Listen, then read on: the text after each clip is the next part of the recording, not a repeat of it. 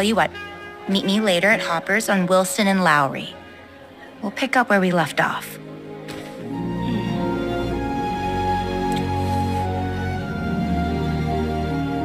Vindication!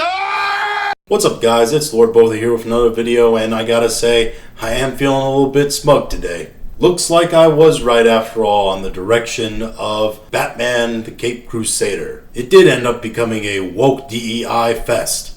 To be fair, it wasn't that hard of a call to make though. The signs were all there, just had to be followed. And the show is seeing a lot of people flock to it, and I don't think it's all just lol watching or hate watching. I think a lot of people like their Batman content, and also making callback to the stylings of the 90s Batman, have lured a lot of people into watching the nostalgia of this 1940s based cartoon. And again, this show is supposed to take place in a 1940s era America on Earth. Was there a lot of open-in restaurants, interracial lesbian kissing? I don't think there was during that time. I could be wrong, maybe they downplayed it in Hollywood and all the historical records. But if I remember clearly, homosexuality was kind of a thing that was frowned upon heavily during that time.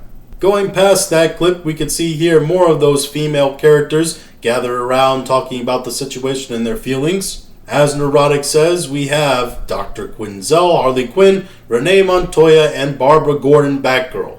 Now, if you didn't know anything about this show and its development, you could probably guess any of those characters sitting down there could have been any of those characters mentioned. Because A, the only character that looks relatively like their character in the fact that they're the same race is Renee Montoya, and B, because all the character designs look exactly the same. Seriously, I think the Sims that I've created and designed in The Sims 4 are more diverse than these people right here. They're all relatively the same shape, same hair shape, different levels of plus size, and they're all just shaded differently. But relatively, they look the same.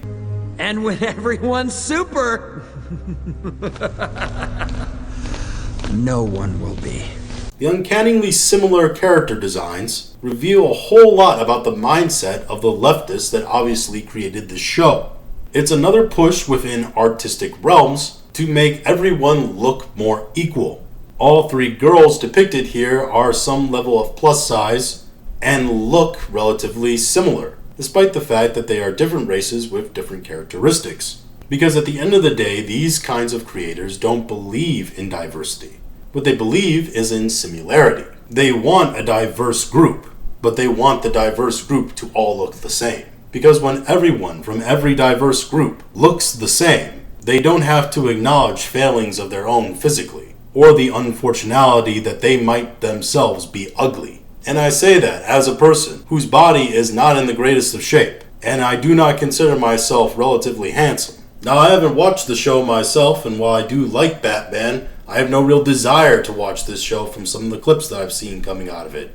From what I've heard, Batman is essentially sidelined for a lot of the story, and Renee Montoya becomes the focal point of the story for about the first third. And it becomes a Detective Montoya story. Now, if they want to make a Detective Montoya story, go ahead. Just don't put Batman in it for 5 minutes and call it a Batman story. All this said, it hasn't affected ratings really. As you can see, the critics have given it a 98% on Rotten Tomatoes, and the audience score is a 64, though the show has only been out for a couple days, and I expect those numbers to drop. There is, as you can see, only 250 ratings so far, and I expect much more to come in on this show as it goes along. Apparently, The Boys has been kicked out of Amazon's top 10 view list by the show. This comes to us from Forbes saying, "I'll be honest, I didn't see this coming. Yes, I know The Boys Season 4 is over, and Batman Caped Crusader is brand new, but The Boys is huge, and Amazon Prime Video's biggest shows tend to stick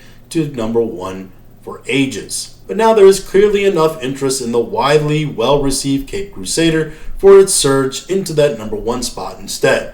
Well, again, it's been about 2 days, so how about we hold off on claiming that it's widely well-received?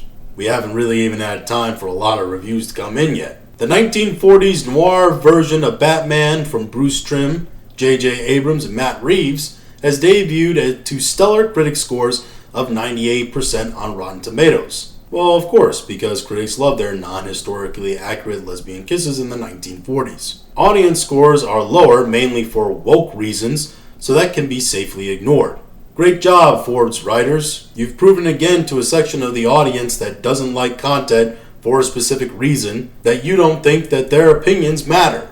I don't care! This is an elitist statement that basically says, our opinions and beliefs are better than yours, so any criticism from you doesn't matter. Having seen the whole series in the last 48 hours, I can agree that yes, it's incredible. Still, I am surprised it instantly attracted this much of an audience to surge to number 1. Again, it's hard to understand how much staying power Netflix's biggest shows have. It's not Netflix though, it's Amazon. After months, Fallout is still number 3 most watched on the service. Well, yeah, that's because Fallout, at least for normies who weren't really into the games, was mostly agenda-free and considered fun, dumb television. So people generally liked it. But overall, I expect this show to continue to slip in the ratings on Rotten Tomatoes. I expect a lot of cope articles to be written in the future, and I expect a whole bunch of slurs to be hurled at me and other people of larger note criticizing this show. But these are just my thoughts on the state of this quote-unquote Batman show.